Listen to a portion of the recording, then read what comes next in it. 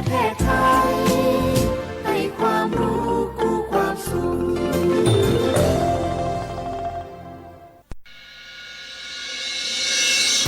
สถานีวิทยุกระจายเสียงแห่งประเทศไทยจังหวัดเชียงใหม่ AM 1476 กิโลเฮิรตซ์สถานีวิทยุภาคภาษาชาติพันธุ์แห่งเดียวในประเทศไทยที่มีความทันสมัยเชื่อถือได้สร้างอัตลักษณ์กลุ่มชาติพันธุ์สู่สากล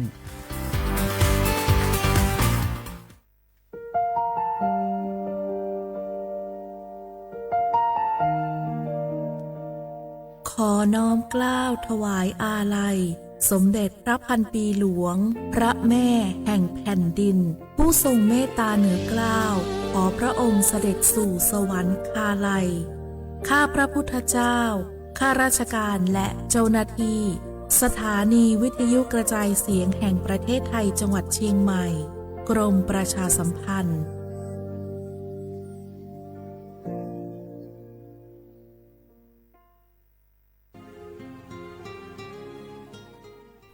This is a moment of profound grief for the Kingdom of Thailand. We, the collective voices of Radio Thailand Chiang Mai, join the Thai nation in mourning the passing of our beloved Queen Martha, Her Majesty Queen Sirikit. Her life was a testament to the unwavering service, grace, and deep love for the Thai people. Our humble condolences and thoughts are with His Majesty the King, the royal family, and all the Thai people during this deeply sorrowful time. We will remember her forever.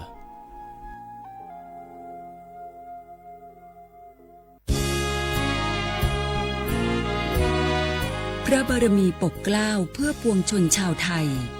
จากพระราชกรณียกิจนานับประการที่พระบาทสมเด็จพระเจ้าอยู่หัวและพระบรมวงศานุวงศ์ทรงทุ่มเทพระวรกายทรงงานอย่างไม่เหน็ดเหนื่อยเพื่อประโยชน์สุขของประสบนิกรจากโครงการหลวงสู่การพัฒนาแหล่งน้ำส่งเสริมการศึกษาและด้านสาธารณสุขที่มุ่งเน้นการพึ่งพาตนเองและการพัฒนาอย่างยั่งยืนทุกย่างพระบาทคือการทรงงานทุกพระราชดำริคือพลังแห่งการพัฒนาเพราะประชาชนคือหัวใจของแผ่นดินร่วมเสริมสร้างความรักในสถาบันหลักของชาติโดยสำนักงานประชาสัมพันธ์ที่ 3 กรมประชาสัมพันธ์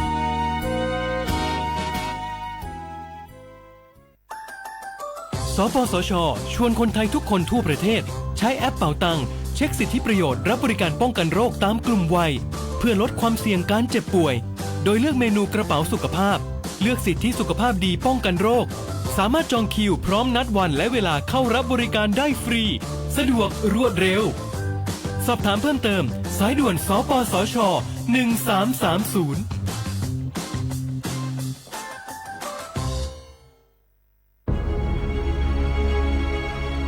จังหวัดเชียงใหม่ขอความร่วมมือทุกภาคส่วนงดการเผาเพื่อลดปัญหาหมอกควันและมลพิษทางอากาศจากการเผาป่าและการเผาเศษวัสดุทางการเกษตรตามประกาศมาตรการสำคัญเพื่อควบคุมการเผาในพื้นที่ต่างๆโดยบ่อนุญาตเพื่อมีการเผาใดๆทั้งสิ้นเพื่อเป็นการลดมลภาวะจากฝุ่นละอองขนาดเล็ก PM 2.5 ตั้งแต่1มกราคมถึง31พฤษภาคม2569หากจำเป็นสามารถลงทะเบียนขออนุมัติผ่านระบบไฟล์ดีดหรือเบิร์นเช็คฝ่าฝืนต้องระวังโทษจำคุกและปรับหรือทั้งจำทั้งปรับจังหวัดเชียงใหม่ส่งเสริมการใช้เทคโนโลยีในการจัดการขยะและเศษวัสดุทางการเกษตรเพื่อลดการเผาในอนาคตและสร้างสภาพแวดล้อมที่ดีขึ้นในระยะยาวหากพบเห็นการเผาในพื้นที่ห้ามเผาหรือพบผู้กระทำผิดสามารถแจ้งข้อมูลได้ที่053-112-808หรือ191ตลอด24ชั่วโมง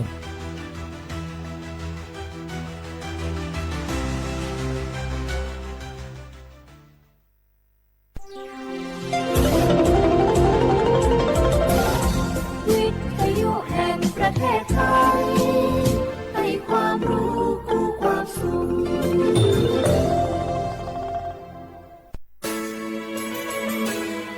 สถานีวิทยุกระจายเสียงแห่งประเทศไทยจังหวัดเชียงใหม่ AM 1476 กิโลเฮิรตซ์สถานีวิทยุภาคภาษาชาติพันธุ์แห่งเดียวในประเทศไทยที่มีความทันสมัยเชื่อถือได้สร้างอัตลักษณ์กลุ่มชาติพันธุ์สู่สากล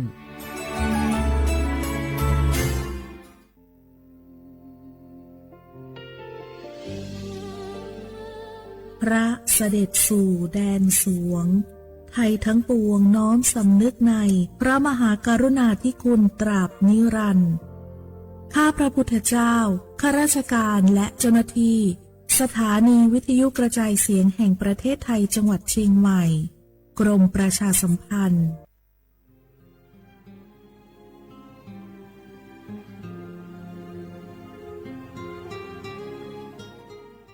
This is a moment of profound grief for the Kingdom of Thailand. The collective voices of Radio Thailand Chiang Mai join the Thai nation in mourning the passing of our beloved Queen Martha, Her Majesty Queen Sirikit. Her life was a testament to the unwavering service, grace, and deep love for the Thai people. Our humble condolences and thoughts are with His Majesty the King, the royal family, and all the Thai people during this deeply sorrowful time. We will remember her forever.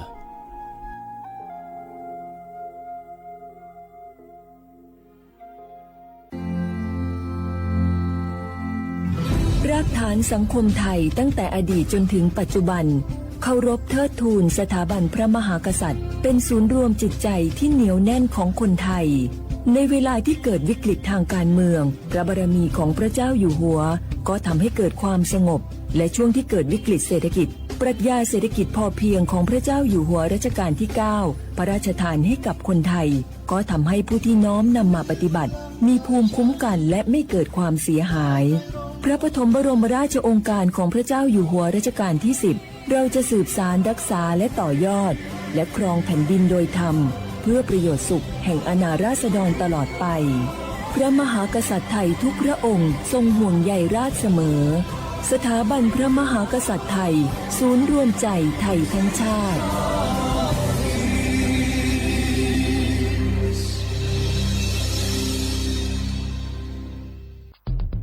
แค่3 ปีความเสียหายจากอาชญากรรมไซเบอร์ของคนไทยพุ่งทะลุถึง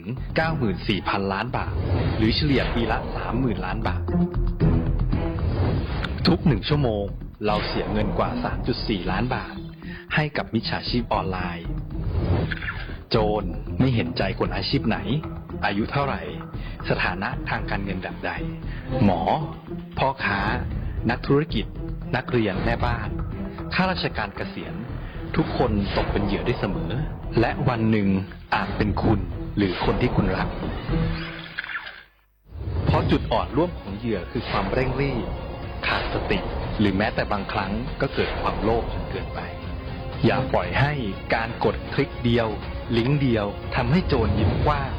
วันนี้ถึงเวลาแล้วที่คนไทยทุกคนจะต้องร่วมมือกันสร้างภูมิคุ้มกันอาชญากรรมไซเบอร์ช่วยกันหยุดก่อนที่ภัยไซเบอร์จะทำให้คนที่คุณรักและตัวคุณเองกลายเป็นเหยื่อ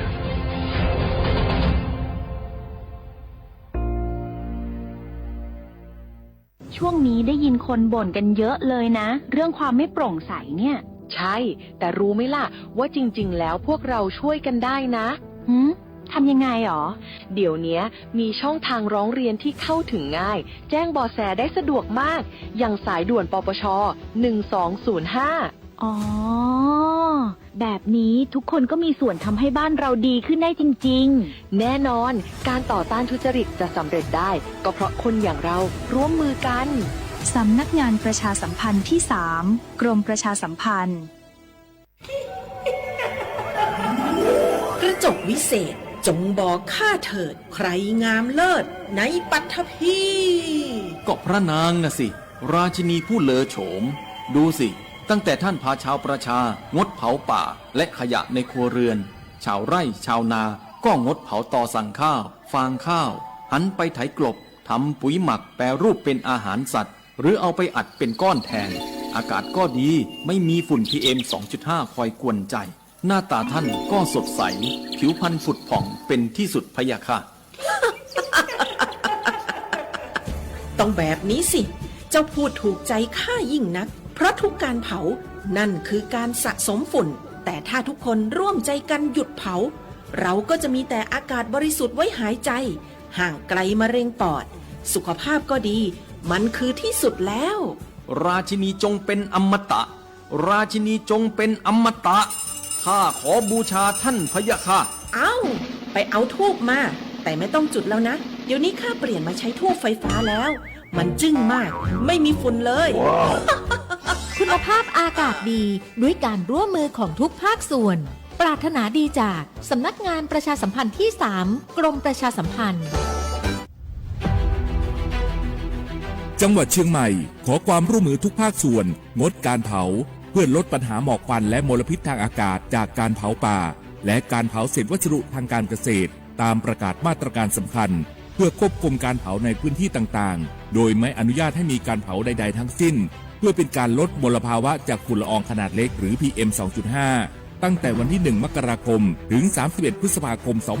2569 หากจำเป็นสามารถลงทะเบียนขออนุมัติผ่านระบบไฟล์ดีและเบิร์นเช็คได้ฝ่าฝืนต้องระวังโทษจำคุกและปรับหรือทั้งจำทั้งปรับจังหวัดเชียงใหม่ส่งเสริมการใช้เทคโนโลยีในการจัดการขยะและเศษวัสดุทางการเกษตรเพื่อลดการเผาในอนาคตและสร้างสภาพแวดล้อมที่ดีขึ้นในระยะยาวหากพบเห็นการเผาในพื้นที่ห้ามเผาหรือพบผู้กระทำความผิดสามารถแจ้งข้อมูลได้ที่ 053-112-808 หรือ 191 ตลอด 24 ชั่วโมง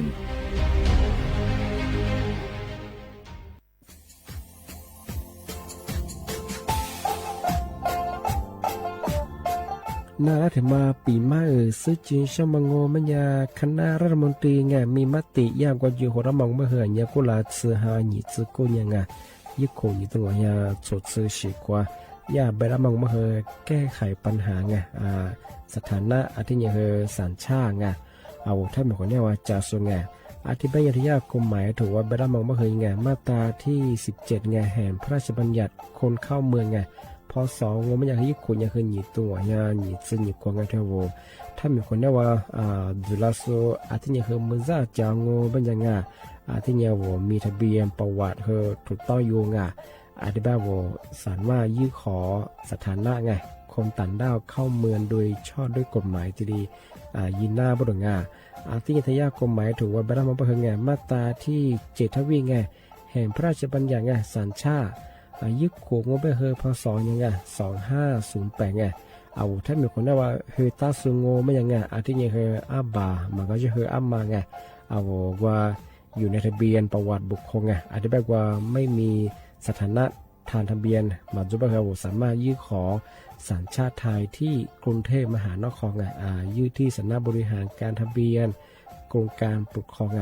อาทิตย์แบบว่าส่วนต่างจังหวัดจะสุบเฮว่ายื่นต่อในอำเภอตานภูมิลำเนาไงปีขวานวแล้วก็จะบอกว่าอำเภอยี่ที่ยื้อชองไงยื้อเวลาโง่ไม่ยากว่าเวลาใช้กันยาขนาดถี่เนี่ยขวานยี่หนักกว่านี้สิไงอันนี้แบบนี่มีกับพวกขวานยี่ที่น่าเหี้ยโชฮายี่จื้อกูยังไงยุคคนยี่ตัวเหี้ยโชจื้อกูกว่าเสือทีนี้ยื้อชองง่าทำไมถึงมาปีมาซื้อจีเช่าว่าชาวบ้านได้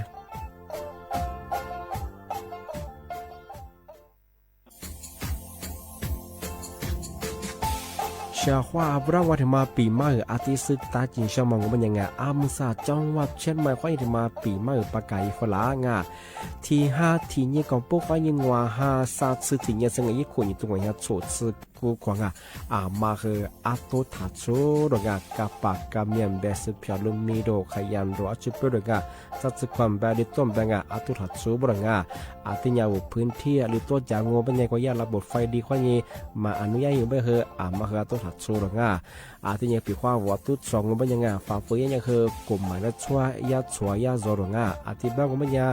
มาอาตุชัวอาตุเบียพะมัวโง่เป็นยังอาวุธโทแจ้งศูนย์อำนวยการแก้ไขปัญหาหมอกควันอาทิยังคือฝุ่นละอองมาคือจังหวัดเชียงใหม่ยี่เบอร์โทรโง่เป็นยัง053อาทิยี112808วิธีมาโง่เป็นยาสำนักงานประชาสัมพันธ์จังหวัดเชียงใหม่ก็ดีปีมากทีเดียวพักกายฝรั่งอันนี้ประกาศมาก็ตะวันเลยจอละฝรั่ง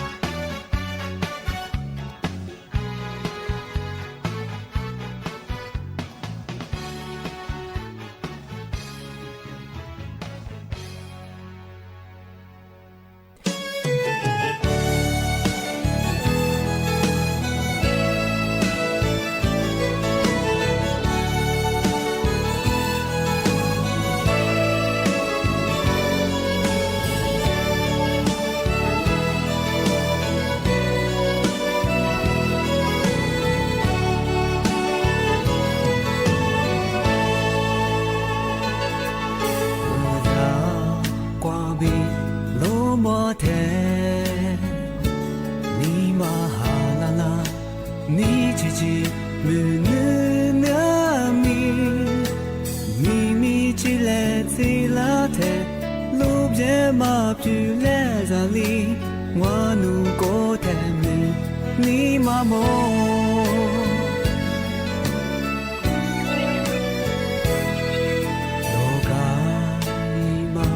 眠せにまはなな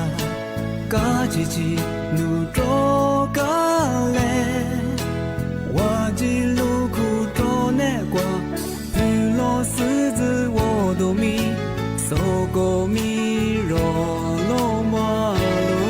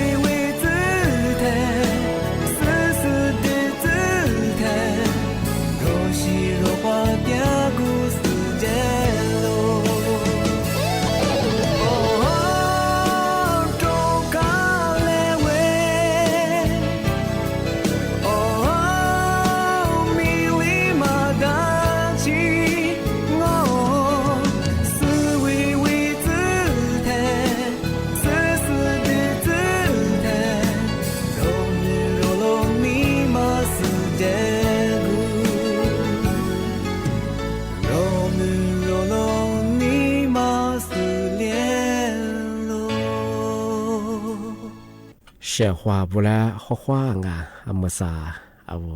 ลิซุงโอโดซึตวาเปลาโองาอาวลิซุงโอโดจามงโงบัญญาธาจิ้มหมายงาสถานี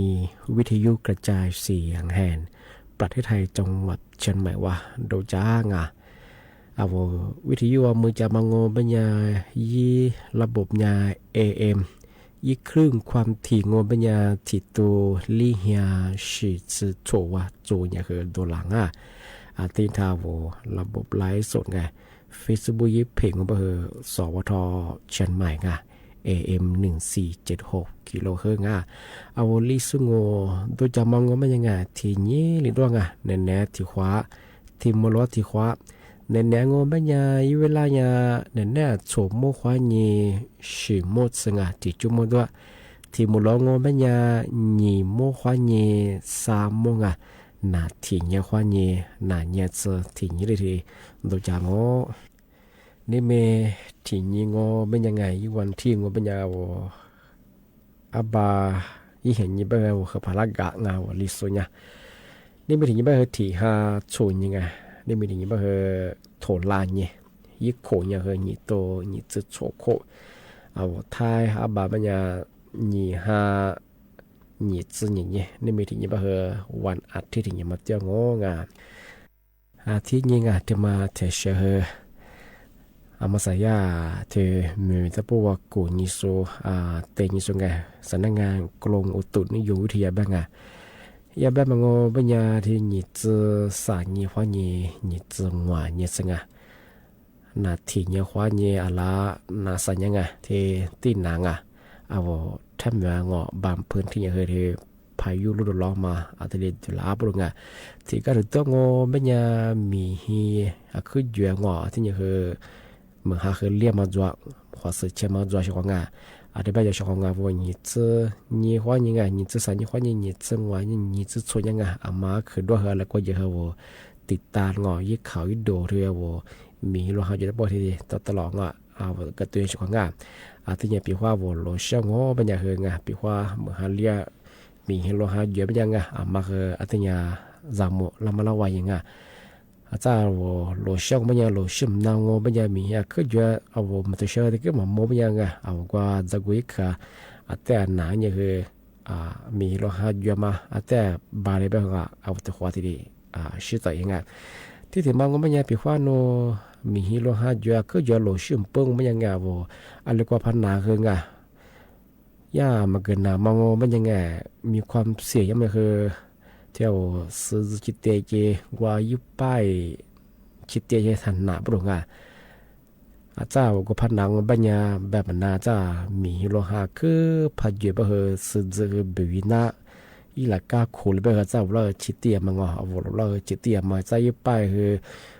มีเยอะแบบเบื่อมาเบื่อมาหึงอ่ะทำไมขยันเหออันตรายยากชกงานไม่ยากเหอสารสนเทศแจ้งเตยฝรั่งอ่ะเอาที่ชวนพายุฤดูร้อนอ่ะพันธุ์ละเหอเอาอิสมาจ่าสูงมาหึงอ่ะมาปีว่าว่าหลบพันหนาวมาที่สื่อจิตเย่อีป้ายจูกว่าจะคือหันหนาไปยังไงมาขยันอันตรายแบบนางว่าจะมีขึ้นเยอะไปเหอเบื่อมาเหอติเล็กเกน่าบรงงานอันที่ยาวโลช่องไม่เหงไงยิ่งความเร็วเหยเนี่ยถ้าเกิดจะถ่ายชิมแต่ต่างเนี่ยชื่องที่ยังไงว่าอัตโตมันจะใช้ไฟหน้าคือฝรั่งมีหิ้วละหัดยามันจะใช้ก็มั่วไปว่าตัวฝรั่งมันเหมาโลชิสุเหว่ามัวชิงไงโลมาไล่มังอันที่ไปเหอันตรายมาเหถ้าเกิดมันโจงอันที่ยังมันหาพลียมีจะไปเหว่ายิ่งความเร็วเหอันที่ยังจุเชชกงพอมันก็ว่าจ้าว่าก็ชิมยังว่าจะว่าจะบาโลอยู่เข้ามาเกิดอุบัติเหตุมาที่กิเลสยังไงจะมาเหอมาที่กิจมาเชิงที่ไปเหนี่จะสายยังควายยังไงอะไรนี่จะสวยยังไงจะมาเหเอาท่านมีคนได้ว่าพายุธรรมะติดตัวแล้วบ่งมาเหที่ดีจำตั้งอาทิตย์นี้เช้ามาเหทำไม่ดีที่ไม่ใช่มาเหเอาช่วงที่ดีปีมาที่ดีประกาศจะมาสาธิตว่าประกันสังคมอยู่ส่วนไงผู้ประกันตรงไงมาสาธิตสำนักงานประกันสังคมไม่มองไม่เคยไง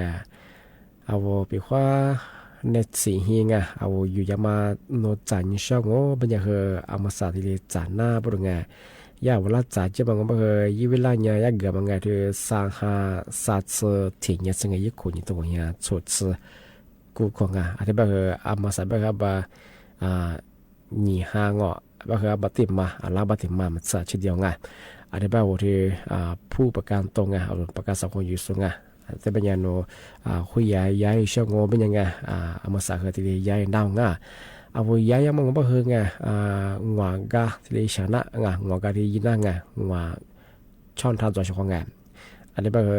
โนอดีตกรรมสะดวกเป็นที่ยินยี่ช่องงานยี่วุฒิมังโเป็นยังช่องงานที่ว่าเอาโทรศัพท์มือถือจอเป็นไงเอาไว้ยี่ไลสำนักงานประกันสังคมถึงอย่างที่เลยแจ้งย้ายหน้างเอาที่เลยซื้อหน้าไปถึงยี่เมนูจวงนี่มาถึงมางปัญญากว่าวิแอปเอาวิแอปพลิเคชันไงยิ่งเมืองก็ปัญญาคือSSO Plus บ้างไงทำมาคือว่ายี่แอปสำนักงานประกันสังคมไงเอาถ้าอยู่อย่างคือเอาข้อมูลจวงว่าที่ทำเรื่องย้ายหน้าไปถึงงานสากาถึงกางปัญญา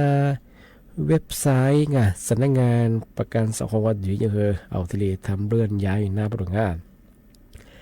ลีกาติกังโงเป็นยากว่าแอปพลิเคชันไงของเอารัฐบาลไงว่าทางรัฐบาลไงถ้าเอาสามารถทำเรื่องย้ายหน้างเอาข้อมูลเพียรตัวชิงานงวกาติกามังโงเป็นยาบางงานเช่นว่าสำนักงานประกันสังคมนุกดินุที่เลยจีน่าไงเอาว่ายื่นเอกสารมังไงสำนักงานประกันสังคมไม่ทำมือสาบทั่วประเทศไงทุนจังหวัดตัวชิงานอันนี้เป็นปีว่าโนกว่าสำนักงานติดจีใช่ป่ะยี่ทะเลย้ายหน้างานช่องงานอาทิตย์เป็นมาคือยาวงว่าช่องทางงานงวกา เอาทีนี้ทำเมื่อยัยนะมังมาอะไรกิกามาสะดวกบ่เฮอทีนี้ยิ่งชองอาจจะแบบเห็นยังแบบเดสาหาสัตสุดที่เนี่ยจ้าอาทิตย์เกยยังกันเดสิ่งที่ก็มังยิ่งคุยตรงนี้โสดกูคงอาจจะแบบว่าเชื่อว่าว่ามาว่าประกันสักคนอยู่สูงผู้ประกันตัวแบบเฮโนคุยใจใช่แบบเฮทีนี้จะน่างาทำไม่ได้เชื่อว่างามาไปยี่เวลาเฮลาบัดเต็มมัดสะเฉยงาอาทิตย์แบบยังมาซาเอาเชื่อว่าอะไรมากกว่าตัวขวากันนะถ้ามันกว่านักการจะปกครองตัวขวาช่วยตัวขวาว่าเชื่อว่าถ้าวิธียุให้นั่นจะสูงทีนี้ถ้าว่าไล่ส่วนตีสุดก็คือข้อความเอาถ้าวิธียุนั่นจะสูงมันยังเอามาสาบเฮที่ก็ต้องมันยังเฮมีฮิโลหะคือเยอะอันแบบรู้ว่าเยอะจะแบบเฮมีฮิโลหะไปเยอะเป็นยังไงยี่ครึ่งสัญญามันวิธียุมาเฮที่ก็ตัวมันยังเฮอะไรมาเสืองติดทองลาติดทองลางาทำมาเฮแต่ทำมาที่แจ้ง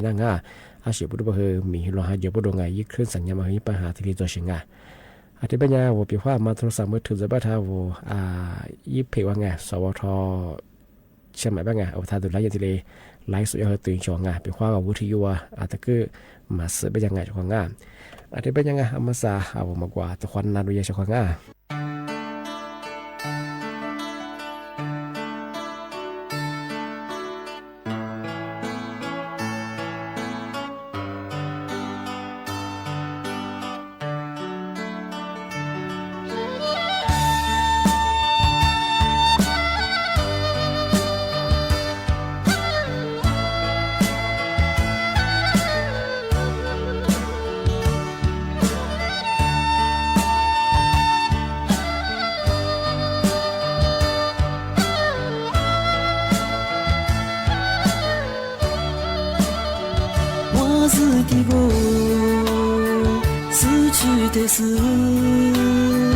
无助的马，花落在里，思念啊情，孤陋苦瓜，为的么事，为在里边，午夜过去，思慕梦，呀你过的。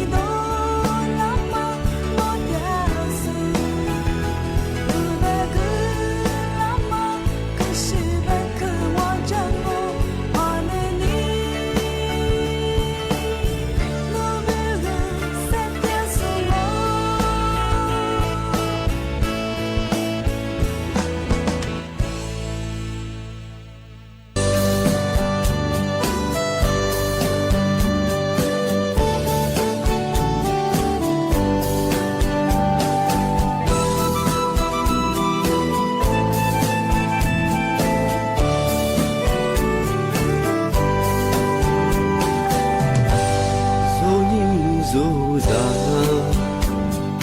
na ko di wa pi lo le chima ji she ali pi da ge che zo ni za che le go che me a she me na we chima po lo zo go za na chima ji she le nya na che zo ni za ti zo allo za mu te za te zo na da ni me che zo za mi li ma da lu te zo le li le mo wa te zo le li shu za ru wa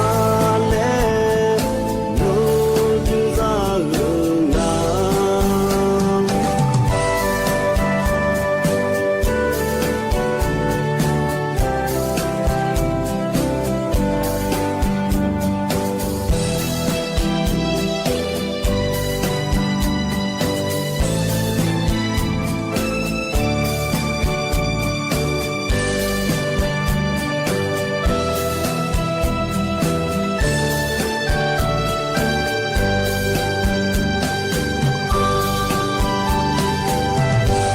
wa ti zo za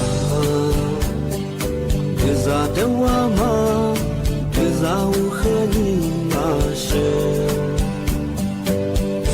de mu za ce no le wa mia se pa mo ma ni bi che sa le ale ku su ki kwa ni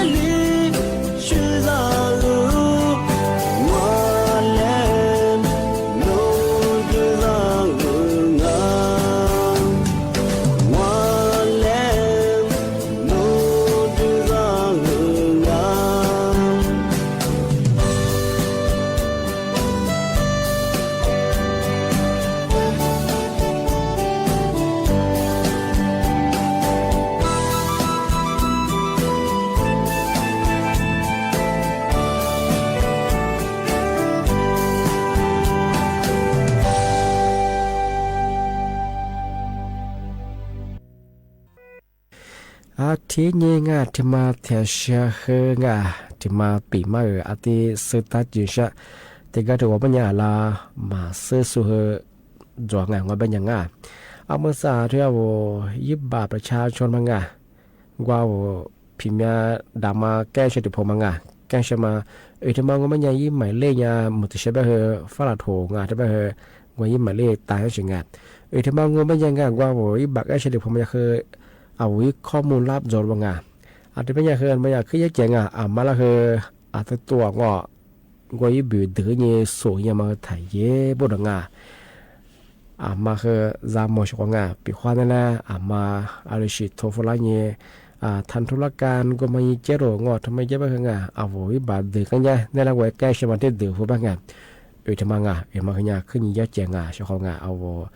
มาเซลโซมาเลยสิอะไรบ้างคือเอาอีบากแกชมาคืองามาคืออัตตัวทะเลยิ่งมาเล่นมาคือถ้าเบลถ้าดื้อเนี่ยสวมมาถ่ายยีบรงงาเอามาใส่ให้ยุ่งก็ไม่ใช่ว่าข้อมูลส่วนตัวมาคือคือเนี่ยย่อยแจงเอาอีบายมีมาคือ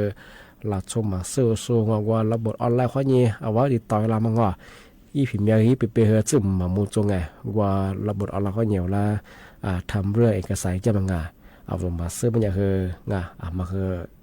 ถ้าส่งยิงอาจารย์พอส่งยิงโง่เป็นยังไงของงานแบบนางที่มาก็ละคือขึ้นยาปีมาประกาศยังเอาไว้ข้อมูลส่วนตัวมันจะคือขึ้นยาเจงเอาไว้ใบบินมาสุดแต่ยิ่งกว่าโลยีดาวยีฮียีดาวยิงอาจจะว่าการพนันตุเชมาคือยี่บัญชีเปิดยี่สุดแล้วหัวจามาบัญชีมาเปิดมางานมาก็ละคือขึ้นยาปีมาจะชงงานอะไรบ้างเอาสมมุนแบบอามันแบบที่ก็ทำเป็นอย่างคือเอาคือที่ขึ้นยามาซึ่งมาเยอะจีฮะเป็นยังไงเอาชิมมาคบกันไงเอาสุดเดือดมั้งไงมาชิมมาคบแบบน่าจะที่โคนิคงสักโคลิคงสุดนั้นตายเรานกุลาโนหลบฝืนเบอร์ดามาดงโนบัญชีเปิดมาบัญชีมาเปิดมานุ้ยมือที่ด่าแบบไงสุดท้ายไปเดียวบอกว่ามีคดีตัวชิงไงที่ความยังเอายี่บาทมาคือยังเจ๋งมาละคืออาจจะตัวยังเคยทำคือยี่บิวดึงยี่ถับแบงที่มาทฟลายยังเวลาว่ายี่แกเฉยยี่มันเล่มาคือนุ้ยยี่บิวมันเดือบางกว่าคือยี่มันเล่แต่แบบเป็นยังไงถับแบงชงงาที่มาคือยากลุ่มมิชาชีพคือเทียงชงงาไอ้บ้านโนส่วนนั้นก็จะจีมันใช่บ้างเอาข้อมูลส่วนตัวไม่คือมาคือจูสาระมาละคืออาจจะตัวกับมาถ่ายชงงาแต่มาคือมาปีมาชงอาทิตย์บ้างก็มันยังเชื่อข้องานนะปีมาคืออาทิตย์แหลนจวงเอายี่ใบมีที่บอกงานที่เนี่ยข้อมูลส่วนตัวมาคือก็ยังเจียมาแล้วถ้าเกิดอาทิตย์บ้างคือที่ติดควางเอาวิสุงดูจะบ้างคือไหนบ้างคือสมมติว่ายังจิ้มมือติดควาที่มูลแล้วบ้างคือหนีมือควานี่สามวะติดควาที่เลี้ยงมูลควางเอาเชื่อเขาถ้าวิทยุนะจ๊ะโซ่อาทิตย์เราไล่สัวตีสุดแล้วคือบ่โมอาทิตย์เนี่ยคือเอาเชื่อเขามาหักด้วยอะไรก็เยอะมาก็เดี๋ยวมากว่าชีวิตดูแลยังเอาโลชิสงโง่เป็นยังโลเชื่อคือมันจะชีแก่ชีเลยก็เลยกันทุกทีเอาถ้าจะคนนี้โลเชื่อโง่เป็นยังเอาคือโลคุยความเร็วมาคือตัดแต่เนี่ยเชื่อจะแบบน่าจะเดิมสิ่งความตัวเชื่อ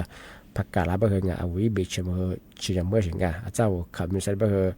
ยี่บิเชื่อมาเชื่อมาแบบสุดจีบมาคือช่วยชอบอันแบบว่าเราชื่อสุเบลมาเคยตัดเนี่ยชื่อของอันแบบเอาว่าชื่อว่าเราทัดซาเดินเที่ยวข้าสวัสดีครับ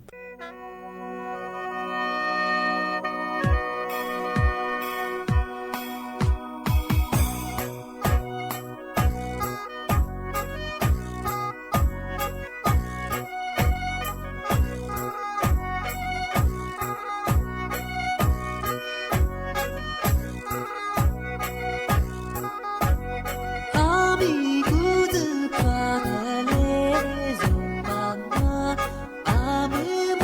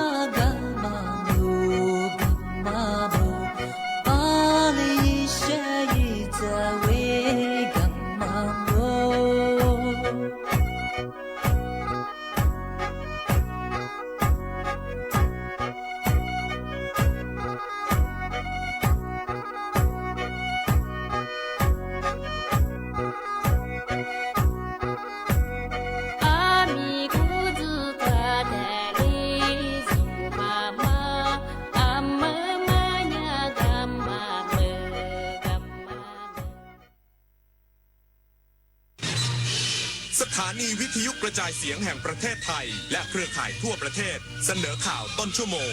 รู้เร็วรู้จริงเกาะติดทุกสถานการณ์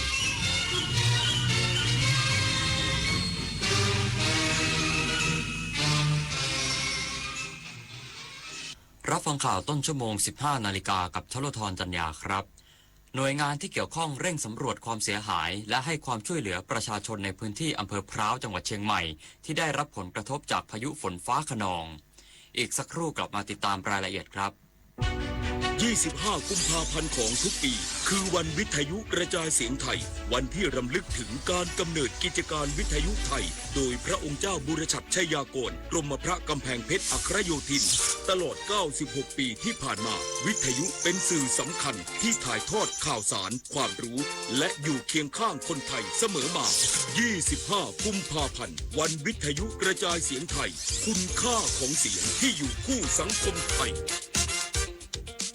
ว่าในเรื่องการใช้รถใช้ถนนที่หลายคนก็คงเคยเจออย่าขับรถเร็วเลยครับเวลาชนก็ชนแรงขับอยู่ดีๆก็ด้านมีรถคันอื่นขับปาดหน้าคิดดีไว้ครับดีที่ไม่ชนมีรถบีบแตรไล่บางทีผมก็อาจจะเกะกะจริงๆ บ่นได้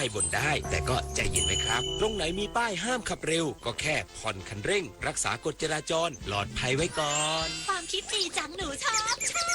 ผมก็ชอบนะป้าก็ชอบแม่ชอบจังขับรถมีน้ำใจรักษาวินัยจราจรใครๆก็ชอบการใช้ทรัพยากรอย่างคุ้มค่าคืออีกแนวทางที่จะช่วยรักษาสิ่งแวดล้อมได้ไม่ว่าจะเป็นการใช้อย่างประหยัดคือใช้เท่าที่จำเป็นการนำกลับมาใช้ซ้ำเช่นกระดาษถุงพลาสติกการใช้สิ่งอื่นๆทดแทนเช่นใช้ถุงผ้าแทนถุงพลาสติกใช้ปุ๋ยชีวภาพแทนปุ๋ยเคมีและการดูแลซ่อมแซมที่ช่วยยืดอายุการใช้งานสิ่งต่างๆ